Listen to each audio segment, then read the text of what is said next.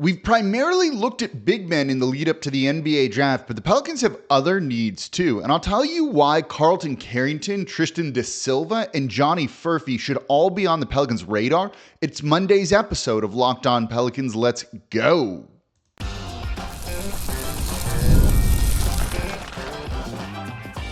You are Locked On Pelicans, your daily New Orleans Pelicans podcast, part of the Locked On Podcast Network. Your team every day. Welcome to another edition of Locked On Pelicans, the daily podcast covering your favorite team, the New Orleans Pelicans and NBA, part of the Locked On Podcast Network, your team every day, available wherever you get your podcast and available on YouTube. I'm your host, Pelicans Insider, credential member of the media, Jake Madison, at NOLA Jake on Twitter. Here with y'all on this Monday, tipping off another week's worth of shows. We are going to get into some draft talk. I've got a great trade target Thursday lined up. Might even have a guest on Friday's show to dive into more NBA draft stuff because we're less than 2 weeks away now, I think. I forget the exact date of the draft, but we are coming up on it, and we want to cover everything that you need to know. It's going to be on June 26th, so right around 2 weeks or so away from today. So we do need to talk all draft and other things. We've done that a lot here. We've talked about the big men that the Pelicans could look at because that's the most glaring need. But I want to give you three other prospects, and we'll get into other ones, including other big men later in the week too, because there's more than just big men that they need. And it depends on what they do this offseason. They might need to go an entirely different direction with the 21st overall pick. So we're going to break down a couple of different players for you in today's show. In Bub Carrington, who I like a lot, but there's a big hesitation on my part. Tristan Da Silva, who I think could contribute immediately to this team, like near starting level contributing right away. And then Johnny Furphy, who if you want some more shooting, that could be your guy and kind of a do-it-all guy as well. Today's episode of Locked On Pelicans is brought to you by LinkedIn Jobs, which helps you find quality candidates you want to talk to faster. Post your job for free at linkedin.com/LockedOnNBA. That's linkedin.com/LockedOnNBA to post your job for free. Terms and conditions apply. And of course, thank you for making Locked On Pelicans your first listen today and every day. We're here Monday through Friday, the #1 Pelicans podcast. Subscribe wherever you get your podcast. Join over 10,000 Pelicans fans on YouTube as well. And be covering every day. That means you listen Monday through Friday. So let's get into the first. Before we even get into the first prospect, one of the things I think we got to look at here is the Pelicans salary cap situation and where they stand. And I just closed my cap sheet. It's fine. Right now, they have 13 guys, if you count the 21st pick, on the roster. And that basically means you need to fill out the rest of it, and they don't have a ton of flexibility to spend. They can maybe get one guy, maybe two, with their mid-level exception. But it also means that if you trade Brandon Ingram and send out more players than you're bringing back, you need guys who are going to be able to contribute maybe right away outside of the center spot, depending on what you do with that, because you're losing a dude like Najee Marshall, likely, I should say, losing a guy like Najee Marshall, and that hurts your depth a little bit. So getting players, particularly at the 21st overall pick, that can step in and have some sort of role immediately, I do think is rather important for this team. It's then on, the coaching staff to play that guy, but you still need to fill out the rest of the roster. And, you potentially might even cut a guy, whether it's Jeremiah Robinson-Earl or somebody else, if you just don't feel that they're going to be able to contribute in the way that you want, which means you need even more players on this team. We'll get a little bit more into draft philosophy in the next segment here, but I want to look at a guy, Carlton Bub Carrington out of Pittsburg, who is a freshman here, who is climbing up draft boards a little bit here. He's got good size, 6'4", essentially, with a good wingspan of 6'8", and he's young. He'll be right around 19 when the season starts. And for Pittsburgh last year, this dude was pretty much a bucket getter, the lead guy on their offense, tasked with just making shots. And that's kind of what he does. One of the things you notice about him immediately when watching the film is this guy is very much a pull-up threat and a playmaker. And that's what you're looking for. There's a lot of creativity to his game. There's an asterisk with that. Hold on, though. He's got a decent enough handle. His crossover is very, very good, and enough athleticism to get by guys on the perimeter and start a drive to the rim. And that's where he's most deadly. Not finishing at the rim, because he's actually bad at that, but pulling up and shooting a mid-range jumper, and he makes these with remarkable ease. And like every kind of shot Contested, he can make it. Step back, absolutely. Fade away, no problem. Off balance, this dude has it in his bag. He's a mid-range shot maker. There's kind of the rub with Bub. Oh, did that in the moment. That wasn't bad. That was actually pretty bad. Hold on to that thought for a minute here, though. But because his shot making is so good, one of the things you noticed about him in college was drawing two guys to the ball pretty often. That's something I've said this team really needs. They need another player that draws two to the ball in a way that, Zion Williamson does. We've seen it from Brandon Ingram. That is not exactly it. Teams are willing to let him take those inefficient mid-range, like Carrington's, shots. And that's, I think, a big part of the concern. But when he does draw that defender, he's very good at finding open teammates and dishing out assists. 4.1 per game last season. That's a decent college number. So when you watch him with that size, with the kind of pull-up threat that he could be, if he extends that shot out to three-point range, that's a pretty scary guy. A guy with the ball in his hands who's a threat to shoot it at any given moment. That's the type of player that you do have defenses pay attention to always. Here's the issues with him, is that he's not a good three-point shooter. 32.2% in his 1 year in college. And then when you look at his free throw rate, which is more indicative of shooting ability at the NBA level, 78.5. It's not an elite number. It's not bad. It likely means at the NBA level, when he works on his shot, he can get that 3-point percentage up, but I don't really see him becoming a 40% shooter from deep. Now, not everyone needs to be. I like Trae Young because he draws through the ball. He's a shooter. There's court gravity. And Carrington, if he does work on that shot, I think will develop that. But then he maybe becomes a little bit one-dimensional. This is not a guy who really attacks the rim whatsoever. He doesn't really get into the paint at all and is a below-the-rim finisher. He doesn't have the ups to really get up there and finish above the rim, which is a lot easier for you to score. And when he runs into kind of the tight confines of the paint, he really seems to fall apart, and you see a lot of turnovers there. So he needs to get stronger to be able to finish through contact, finish at the rim a little bit, and develop a three-point shot. That's a lot. That's a lot, isn't it? Right? Like, that's something that really concerns me. He has good length. I think he'll be an above-average defender at the NBA level. But you're asking him to develop a three-point shot and get better at finishing in the rim. The reason I mention him here is I think he could be a backup point guard pretty much right away.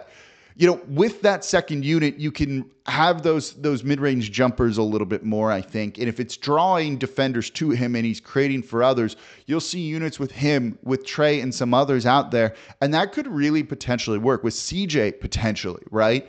He doesn't need to be elite if you're coming off the bench and playing against backups. And for a team that could use a guy that could contribute right away and still needs that guard spot, when you don't necessarily have the money to go get an elite backup guard like Tyus Jones, maybe Bub Carrington is the way to go. I've seen his draft range kind of be all over the place. It looks like it could be the tail end of the lottery to potentially, the mid to late 20s. So it's an option, I think, for New Orleans. Again, he has good size, and that's, I think, something they desperately need with a guard and something that they could address in this draft. The sweet spot in this draft, I definitely think, is that like 15 to 25 range in the first round. Bub Carrington, maybe he's going to go a little bit higher, but I wouldn't be shocked if he's available at 21. But I think there's starting to become a lot more interest in him in the draft. So maybe not going to be there, but an option for the Pelicans. If you want to rely on an immediate backup point guard, I definitely think he's the guy that could do it. If you want someone that can contribute right away no matter what, that's Tristan Da Silva. Let's talk about him out of Colorado coming up here next in today's episode of Locked On Pelicans. Today's episode is brought to you by my favorite eBay Motors because my cars are running because of eBay Motors. I work on all my vehicles. I have my daily driver Jeep. It's a Jeep. I like to add things to it, whether it's sideboards that I literally just ordered and installed out there on the street, running boards along the side, whether you just need little things like grab handles. You can get it all at eBay Motors. I've got the classic Corvette that I'm restoring. It's not the easiest thing to find parts for it, but you can get them all at eBay Motors, because with over 122 million parts for your vehicle, you're always going to find exactly what you're looking for. You want to make your car go faster, they can do it for you. Add more utility with like a roof rack, they have it there. Make it just easier, better, brighter, LED headlights, those sorts of things. eBay Motors is going to have you covered. And my favorite part with the eBay Guaranteed Fit, your part is guaranteed to fit your ride every time or your money back. And I shop there because the prices are great. With eBay Motors, you're burning rubber, not cash. So with all the parts you need at the prices you want, it's easy to make your car the MVP and bring home a win. Keep your vehicle alive over at ebaymotors.com. Eligible items only. Exclusions apply. eBay Guaranteed Fit only available to U.S. customers. Today's episode of Locked On Pelicans is also brought to you by NOLA Star Bar. I want to invite you to the NOLA Star Bar to watch the NBA Finals. It's right down the street from the Smoothie King Center. So next season, your pre- and post-game libations over at the NOLA Star Bar. They play every Pelicans game home and away throughout the season on their big screen. They also have a pool table, video poker, and an internet jukebox and karaoke every Wednesday night. They feature over 100 worldwide spirits and a hefty selection of local beers. They are a true Pelicans fans bar, and even created and produced their Pelicans anthem, Fly Pelicans Fly, complete with a music video. So join your fellow Pelicans fans at NOLA Star Bar at 212 Loyola Avenue, open 7 days a week, 6 p.m. to 4 a.m., and check out their Pelicans anthem on the NOLA Star Bar YouTube page. And thank you for making Locked On Pelicans your first listen today and every day. We're here Monday through Friday, the #1 Pelicans podcast, covering everything you want to know about this Pelicans team. So please subscribe wherever you get your podcast. Join over 10,000 Pelicans fans on YouTube. We are part of the Locked On Podcast Network, your team every day. Now, are you watching Fox Sports or ESPN on your TV all day long? Do you have to turn down the volume with all that yelling? Make the switch to Locked On Sports Today, a free 24/7 sports streaming channel programmed for you every day to bring you the biggest stories without all the yelling. Locked On Sports Today brings you can't-miss analysis, opinions, and news, streaming 24/7 on YouTube with a free Amazon Fire TV channels app. Part of the Locked On Podcast Network, your team every day. So let's keep looking at some other players that aren't big men necessarily, and we'll get into a couple more big men. I know the names that y'all want to hear. Trust me, I listen, I pay attention. We're going to cover them all. But I wanted to give us a break and look at some other things and allow us to talk a little bit of draft philosophy too. And I think when you look at a guy like Tristan Da Silva, that's where the conversation gets kind of interesting when you get into draft philosophies. You know, when you're drafting in the top 5, and we did the show last week for the Everydayers, when you look at like the percentage of guys who become all-stars, like once you get out of that top 5, it nosedives. But you're not only drafting for all-star potential. I think people can fall into that trap of like boom or bust in the NBA draft. A lot of people say it's a crapshoot, right? You never know how it's going to turn out. And that's true. But sometimes you also just need players that can contribute and do good things for you. And at 21, that's sometimes what you need to do. Drafting in the top 5, like, yeah, try and kind of go, most potential, even if they might not reach that, because you need star players to win in the league. It's truly that simple. But when you have a decent enough team, when you're, it depends on what you're trying to accomplish. So usually if you're drafting in the top 5, you're a bad team, right? You need to go through a rebuild, a retool. You need to do some other things. And you tend to go on like pure potential. So you get guys that are young, a lot of time to grow and develop. But that isn't always the way that you want to go. And I want to point to a guy that was drafted 2 years ago who's played well against New Orleans, and that's on the Sacramento Kings, and that's Keegan Murray. This is a guy who was older when he was drafted, was 22, I believe. And that doesn't necessarily mean you want to go after that guy who was like nearly 22 when he was drafted.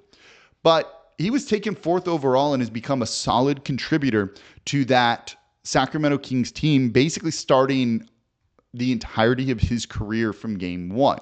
He's come off the bench twice in 2 seasons. 155 starts out of 157 opportunities. And he's just a solid player. And we saw him hit 5 threes against New Orleans, even somewhat recently towards the end of the year. So there's something to be said for just getting a dude who can go out and play. Is Keegan Murray ever going to become an all-star? Like, absolutely not, in my opinion. You could see that from when you were looking at him going into the draft. But at the same point, he was a guy that was going to contribute on both sides of the basketball and just help you. He was going to make shots. He was never going to really make big mistakes or anything like that. There's something to be said for those kind of players. And I think when you look at guys in the draft, the one that really screams that to me here is Tristan Da Silva out of Colorado. He's a senior. He's 23. He's older. But this is a guy that is going to contribute at the NBA level to whatever team drafts him. I don't know if he's like a bona fide starter on day one, but I think he's one of the safer guys that you could draft in the NBA to just raise your ceiling. Raise your floor. You look at ceiling and floor. You want guys that have a huge ceiling, so you just go up and up and up. There's something to be said for taking guys that have a high floor too, and you know what they're going to give you. The draft is a crapshoot and you need to win. Don't take the risk necessarily. And I think Da Silva is a guy that's going to really be able to help. He's got good size. He's over 6'8" with a 6'10" wingspan. 16 points per game last season, almost 40% from three, 5 rebounds, 2.4 assists. He's a very good spot-up three-point shooter. And when you watched him play, you could see it. They just kick the ball out to him, and he's almost automatic every single time. He can get to the rim. He's not an extremely athletic finisher. You're not going to lob the ball up to him. I don't see him playing in the pick and roll. And when you look at him and kind of that lack of like elite burst, elite athleticism, he's definitely more of a forward than a wing, though he can play on the wing a little bit too. So he's limited in what he can do. But do you need a guy to be your 8th man, 9th man, 10th man? Like, this is the dude to do it. He's also a good passer and very versatile like that. Again, 2.4 assists per game last year, which for not a starting point guard or someone like that is pretty useful. And so he'll make the right passes. The ball won't hit his hands and just stick. And when you watch him play at Colorado, he can get out on the break and lead your fast break, something that New Orleans wants to do. So him being a very good defender where he can switch and play out there on the perimeter and try and force steals and then lead the fast break himself or be an advantageous part of the fast break, that's the type of player that I think fits New Orleans really, really well. He's never going to be an all-star. He's never going to be an all-star in the NBA. But he's a guy that you're going to like having on your team. It is just going to do a lot of those sorts of things. And I think that's really what you're looking for here. He shot the 3 ball at 40% on almost 5 attempts per game. His free throw percentage was 83.5%. Like, that number is pretty good. He's lacks rebounding. Really, if you're looking for kind of like one thing for him that's really a big knock on him, is he doesn't get to the free throw line a ton and he doesn't rebound particularly well. Probably makes him more of a backup than a starter, I think. But this is a guy that I think could get close to 40% in the NBA and has done such a good job of playing and being as consistent as possible. I think it's an important thing. He only had 2 games this season, where he failed to score in double digits. That's a useful player to have on your team. He's older, so the upside is limited, yes, but sometimes you just need dudes who are going to contribute. If we are looking for a replacement for Najee Marshall, I think this is the type of guy that would be a really good, cheap option to do that. He's going to shoot the 3. He's going to hustle for you. He's going to play good defense. Maybe not hustle for some of those boards that Najee did, but he's going to give you shades of that, and maybe that develops over time. So I understand in the draft a lot of people want to go high ceiling, and I don't think Da Silva has the highest of ceilings. Right now, though, give me a Keegan Murray-esque kind of guy who's going to step in, know his role, have a defined role, and then just go and do it well. Because he plays defense, right? And because he can shoot, he's almost guaranteed to get like Willie Green's approval here on him, I think. And so getting out there and being able to kind of contribute that way really works. Like, you could have him, run some of the point guard duties, I think, with that second unit. He's that good of a passer when you look at it with both his left and, right hand as well. That's a really useful thing to try and see from a guy like this. So on-ball defense is good. Off-ball defense is good from him. That's going to fit what New Orleans wants. I think he, out of Colorado, is going to be a really great player. And I think years from now, whoever drafts him, we're going to look back and be like, oh, that dude was a steal. Like, why didn't he go higher? He didn't go higher because he's 23. That's like a death knell in the NBA draft here. But he's going to be a very efficient, useful player in that kind of wing forward spot. And I think New Orleans could use a guy like that to replace Najee Marshall, who's likely going to be gone this offseason. Get guys that are going to contribute right away because you're trying to make a run for the postseason. Keegan Murray was a starter on the 3rd seed his rookie year.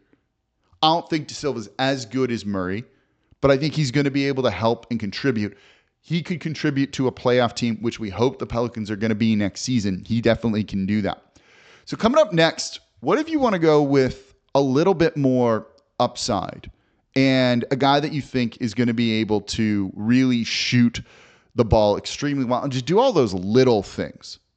That is Johnny Furphy, who has probably the best name in this draft, right? Like, that's definitely up there, Johnny Furphy. Let's look at him out of Kansas coming up here next in today's episode of Locked on Pelicans. Today's episode of Locked On Pelicans is brought to you by LinkedIn Jobs. When you're hiring for your small business, you want to find quality professionals that are right for the role, and that's why you have to check out LinkedIn Jobs. LinkedIn Jobs has the tools to help you find the right professionals for your team faster and for free. You can't have positions unfilled. You're going to be stretching your team too thin. If you're a small business, you can't really do that. Everyone's wearing so many hats already. It might be costing you money. You can't ship out quick enough, or there's not a good enough customer service. Don't do that. Just hire people with LinkedIn, because LinkedIn isn't just another job board. LinkedIn has a vast network of more than 1 billion professionals, which makes it the best place to hire. It gives you access to professionals you can't find anywhere else. And LinkedIn does all that while making the process easy and intuitive. And hiring is easy when you have that many quality candidates. So easy, in fact, that 86% of small businesses get a qualified candidate within 24 hours. You're going to fill those positions so much faster. And you're a small business. You don't have time or the resources necessarily to go through a long and drawn out hiring process. So get with LinkedIn and have it become easier for you. So post your job for free at linkedin.com/lockedonnba. That's linkedin.com/lockedonnba to post your job for free. Terms and conditions apply. And thank you for making Locked On Pelicans your first listen today and every day. We are here Monday through Friday, the #1 Pelicans podcast, completely free and available wherever you get your podcasts and on YouTube, part of the Locked On Podcast Network, your team every day. Second listen, Locked On Saints, Ross Jackson, breaking down everything black and gold. Make sure you check him out. Minicamp, mandatory minicamp coming up. I think he's going to tell you what's going on, why the offense is looking good, what the quarterback depth chart is going to be. That's all the stuff I care about. You're going to probably care about it too. Locked On Saints for your second listen today.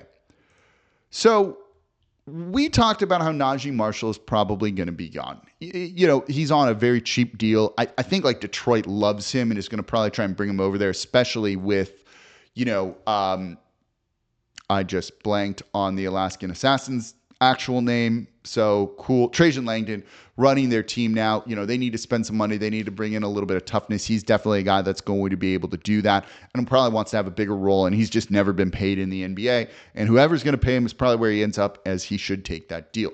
So you need those just do anything guys.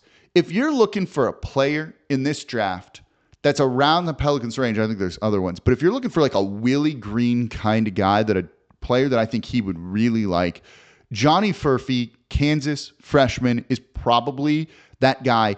And he's been one of the biggest risers in the pre-draft process. You saw him going late in the first round, but now he's potentially going to go in the lottery with how well he's doing. So I don't know if he'll actually be there when it's the Pelicans pick at 21. And he's very raw with a lot of upside. So kind of the opposite of a Tristan Da Silva type of player. But that potential there, the shooting and kind of the do anything attitude he has is really great. Shade under 6'8", around a 6'8" wingspan, so not bigger really than what his height is here. But he's young, 19 and a half right now. Averaged 9 points per game, but shot the ball extremely well in a very limited role. 35.2% from three, almost 5 rebounds per game as well. He's a catch and shoot threat. This is a dude, whether it's deep behind the arc or in the corner or on cuts, whatever, can get the 3 ball and then shoot it. And when you looked at Jordan Hawkins going into this last draft, right? That movement shooter aspect of him, moving, catching, shooting, all of those sorts of things. Johnny Furphy definitely has that, and he has really good size too, I think. And one of the things, though, that they always asked him, that you saw from him at Kansas is he just kind of did everything. There were games when it was like, you need to be a rebounder. And he went out and he tried to rebound the ball pretty well. There were games when it was like, we need you to pass a little bit more. So he moved the ball within the offense a little bit more. There are games when it was like, we need you to shoot a bunch of shots.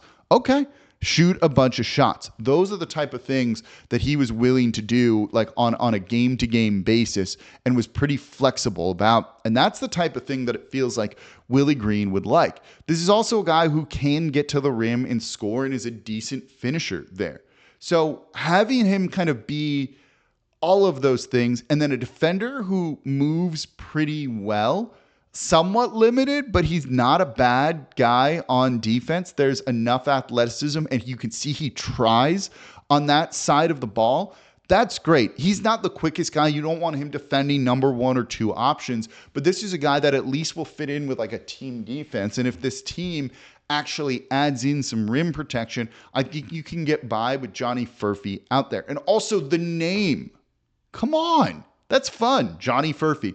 If he was John Furphy, that wouldn't work nearly as well. But Johnny Furphy's from Australia, I think, is just kind of like a fun name to have on this team with everything. And sometimes that matters. Look at how much fun everyone was having with Grady Dick last year, too. But Furphy definitely looks like he's got some high upside. I think it's going to take him a little bit to really achieve that, right? You know, there's shades, I think, there with Dyson Daniels, where you see a lot of the great things, the rebounding, the play, you know, at times passing and the defense from Dyson. Here you'll see the hustle, the rebounding, those sorts of things, but it's lacking some of the offense and other things. Furphy, though, at least should be able to shoot at the NBA level right away, and I think that's important. So he can contribute. He's going to play defense. He's going to try. He's going to kind of do all of those things, and that to me screams a little bit of a Willie Green player, even if he's going to be a little bit more raw than some of these other guys that we've talked about. Of these 3, I would probably go Tristan Da Silva, Bub Carrington, and then Johnny Furphy in my order there. But I think the first 2 are closer. What's your order of these guys? If they're all on the board at 21 for the Pelicans, are you taking Carrington, Da Silva, or Furphy? Which one do you like? Just these 3. If you want another name, throw them out there too, but pick between these 3 first. And maybe the other names will get talked about in future shows because we're going to do more draft talk here. I want to look at guys like Isaiah Collier. There's a couple of other big men. Yes, I've listened to y'all like Tyler Smith that we'll probably get into maybe a little bit more in depth tomorrow. There's a couple of players out there, though, that I think could be pretty useful for the Pelicans here, and also some upside plays. And could the Pelicans trade up? Could they trade down? Those are all going to be potential things here that the Pelicans could do, and we will look at it. The trade down scenario is a very specific scenario that I could see them doing if one like very specific scenario presented itself. That'll come later in the week. So that's going to do it for this episode of Locked On Pelicans. I appreciate y'all so much for listening. As always, I'm your host, Jake Madison, at NOLA Jake on Twitter. And I'll be back with y'all tomorrow to talk more NBA draft. Let me know the prospects you want to hear about in the comments down below. See y'all next time.